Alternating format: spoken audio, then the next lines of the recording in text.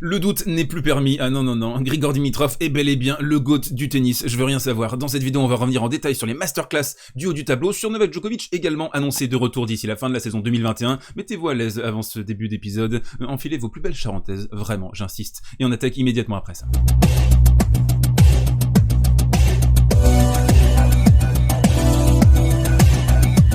Alors j'ai les petits yeux aujourd'hui, hein. Vous avez vu là, c'est un peu, on sort un peu d'une nuit extrêmement courte, mais tout ça pour dire qu'on attaque immédiatement ce côté réseau par Novak Djokovic de retour d'ici la fin de la saison 2021. On se posait la question justement dans le digest d'hier, est-ce que Novak allait rejouer pour assurer sa place de numéro mondial d'ici la fin de la saison? C'est confirmé par le clan Djokovic et également par Zaza Osmo qui nous dit Novak Djokovic jouera jusqu'à la fin de la saison, donc peut-être Paris-Bercy, peut-être le Masters de Turin, peut-être les deux, je pense plutôt les deux, ce serait quand même étonnant qu'ils disputent simplement le Masters de Turin sans préparation avant, mais n'a pas encore décidé du calendrier exact. Du coup, je vous pose la question dans les commentaires, est-ce que vous pensez que Novak va jouer simplement le Masters, ou est-ce que vous le voyez aussi en tournoi préparatoire faire plaisir à Guy Forget et se pointer à Paname? Et on enchaîne dans ce côté réseau très light, vous allez le voir avec une photo qui m'a fait plaisir, qui m'a rappelé mon adolescence, mon enfance, quand j'étais jeune encore, c'était il y a fort longtemps désormais. Donc on a cette photo du Masters de 2005, et regardez-moi ces petites trognes toutes mimi. On a à gauche David Nalbandian, Rafael Nadal tout jeune encore à cette époque, Ivan Ljubicic qui est désormais le coach du gars qui est 2 crans à sa droite, Roger Federer, je sais pas si vous connaissez ce joueur, c'est un petit gars pas mal, petite main plutôt sympathique. On a Gaston Gaudio qui avait remporté le Roland Garros de cette année face à Guillermo Coria qui est à côté de Nikolai Davydenko, voilà on les connaît tous, et celui qui est tout à droite, attendez j'ai un petit doute là. J'ai un petit doute, je reconnais pas sans les cheveux, ce serait pas Pete Sampras? Bon, trêve de galéjade, petit quiz dans les commentaires si vous le voulez bien. Qui avait remporté cette édition du Masters 2005? Spoiler alert, ce n'est pas Ivan Ljubicic. Et sans Google, hein, un petit peu de sérieux quand même. On enchaîne avec la troisième info dans ce côté réseau. Je sais et Matt, encore une fois Constance, qu'on embrasse, qu'on salue, qui nous dit Cameron Norrie face aux joueurs membre du top 20. On va y arriver donc avant 2021, cette année là qu'on est en train de vivre en ce moment. Enfin, j'imagine, hein, je crois, je suis pas loin d'être persuadé qu'on est en 2021. 4 victoires, 17 défaites, donc c'était un bilan assez médiocre, 19% de victoires simplement nous dit Constance, et à partir de 2021, donc cette saison, 9 victoires, 7 défaites, soit 56% de victoires. On a vu un Cameron Norrie absolument succulent sur son match hier soir, on va le déterminer d'ailleurs dans le coin tactique, on va faire une palette extra large sur ce joueur britannique qui monte. Et on enchaîne donc avec ce coin tactique, on va commencer par le Norrie Schwartzman. Oh le petit Cam Norrie, mais qu'est-ce que c'est que cette petite pépite là qui est en train de monter? Alors attention, sur son match contre Grigor Dimitrov, il jouera sa 50e victoire de la saison, c'est un capital qui est comme assez énorme, hein. Ça montre que vous avez fait une très grande saison, et Cameron Norrie, on l'a vu, première palette. Alors je sais pas si vous connaissez bien ce joueur, il est pas forcément très connu dans le grand public, mais vous êtes des experts évidemment si vous suivez Service Volé. Cameron Norrie, c'est un footwork qui est vraiment très précis, très coordonné je trouve, et une vraie agressivité. Ici on le voit, il va avancer alors qu'on a une petite volée qui est pas forcément bien tenue par Schwartzman, il va avancer, il va être bien bas sur les jambes, il va pouvoir continuer à agresser avec sa fameuse patte gauche, et ça aussi c'est un avantage pour lui, c'est qu'il propose quelque chose de différent avec sa gaucherie, un petit peu comme Rafael Nadal, ou plutôt il fait penser à certains égards à Adrian Manarino, je trouve il y a des petites similarités, et notamment sur ce revers à plat, on va le détailler dans la deuxième palette. La segunda paletas aujourd'hui, c'est le revers de Cameron Norrie qui est une arme absolument prodigieuse dans son arsenal, ça tourne à 17-18 rotations par seconde.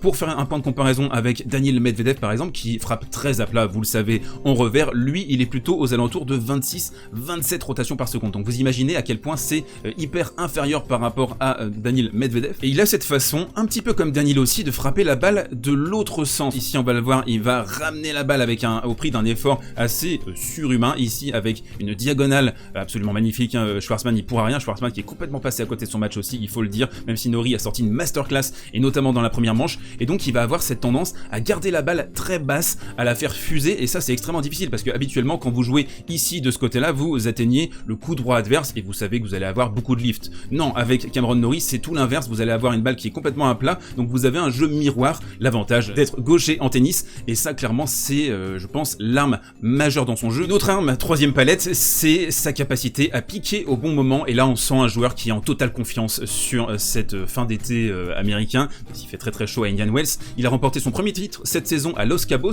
il a fait 4 finales sinon sur la saison 2021, donc il est très en forme, c'est un joueur qui est polyvalent, c'est un joueur qui sait jouer sur terre battue, un petit peu sur gazon aussi, et également il a fait une finale au Queens cette saison, finale également à Estoril contre Ramos Vignolas sur terre battue, et là on le voit encore une fois sur dur, donc il arrive à imprimer ses qualités, à développer ses qualités sur toutes les surfaces, et ça c'est extrêmement intéressant. Donc on a un super QI tennis, et je trouve que c'est un petit peu l'anti-Rublev en fait. On a beaucoup de couleurs dans son jeu à Cameron Norrie, il est capable de faire pas mal de choses. Ici par exemple, séquence très intéressante, on va avoir une série de diagonales, donc coup droit Norrie, revers Diego Schwartzmann, et puis il va attendre, il va pas se précipiter, il va attendre la bonne balle à la bonne hauteur, et il va se lancer donc plein fer droit devant, il va faire un coup gagnant. Et c'est ça aussi quand vous avez cette amas de confiance, c'est que vous savez quand piquer, quand attaquer, vous ne vous précipitez pas, tout est clair en fait dans votre tête, tout est limpide. Et là on le voit, hein, c'est un véritable régal Cameron Norrie, ça se déplace très bien, c'est conquérant, ça reste sur la ligne, ça défend extrêmement bien aussi, hein, on l'a vu contre Diego Schwartzmann, et ça sait piquer quand il le faut, donc c'est une véritable masterclass qui nous a sorti sur ce quart de finale. Dernière palette dans ce Norrie Schwartzmann, et un coup qui m'a régalé, c'était cette volée en courant, en avançant avec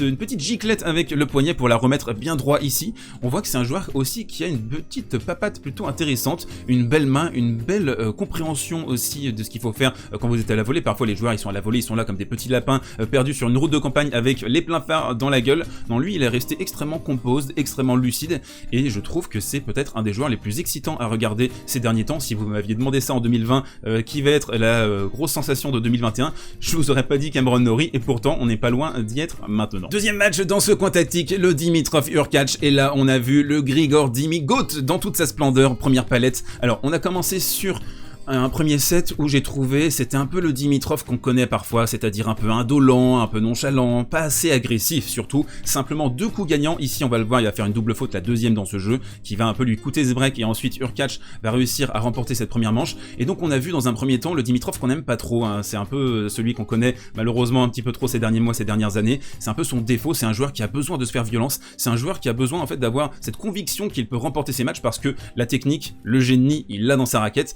mais quand il est un petit peu trop passif, comme par exemple ce qui s'est passé dans le premier set, eh bien il est extrêmement prenable. On bascule sur le deuxième set, là on arrive donc 2 winners simplement dans le premier set, 12 dans le deuxième qu'il va finir par remporter, et une séquence que j'ai trouvé assez intéressante hein, dans ce match, ça a été le slice plus 1 qui a été bien négocié par Hurkacz dans un premier temps, c'est-à-dire que le slice l'a pas trop dérangé contrairement à Daniil Medvedev qui avait été gêné hein, vraiment aux entournures par cette séquence. Et donc là on va le voir, ce qui a été je trouve notable hein, sur cette partie, c'est qu'il a essayé de faire des slices au maximum et attendre une balle un peu molle, un peu haute pour s'engager pleinement. Il l'a surtout fait dans le deuxième set et dans le troisième set, et ça c'est une séquence très pertinente hein, quand vous avez un excellent slice comme Grigor Dimitrov peut l'avoir, c'est que vous pouvez vous permettre de spammer les slices au maximum, surtout sur une surface qui est quand même assez lente, et ensuite vous attendez le bon coup, un peu à l'image de ce qu'on a montré pour Cameron Norrie, et vous pouvez piquer. Ici il va le faire, donc la balle va revenir, il va avancer, il va envoyer un tuyau d'arrosage ici, terminé, bonsoir, merci, au revoir. Et puis Grigor, troisième palette, Grigor c'est un artiste, hein, c'est le GOAT, un revers ici dans le contre-pied avec une qualité technique qui est absolument monstrueuse. Hurkacz qui va complètement se faire défoncer par ce revers. Donc là on va le voir hein, sur cette palette, c'est vraiment au niveau des intentions, au niveau de l'agressivité, il va prendre la balle d'une manière précoce, il va pas attendre que Hurkacz puisse se replacer, et donc avec ce coup dans le contre-pied, c'est un coup qui est extrêmement juste à ce moment-là, et je trouve que Dimitrov est absolument resplendissant quand il est collé à la ligne, agressif. C'est là qu'il est fort, c'est là qu'il arrive à défoncer potentiellement ses adversaires. C'est comme ça qu'on veut le voir aussi, même s'il a des qualités défensives qui sont aussi hors du commun, on va le détailler dans la prochaine palette. Mais en tout cas, Grigou, là, on le voit hein, notamment sur cette séquence.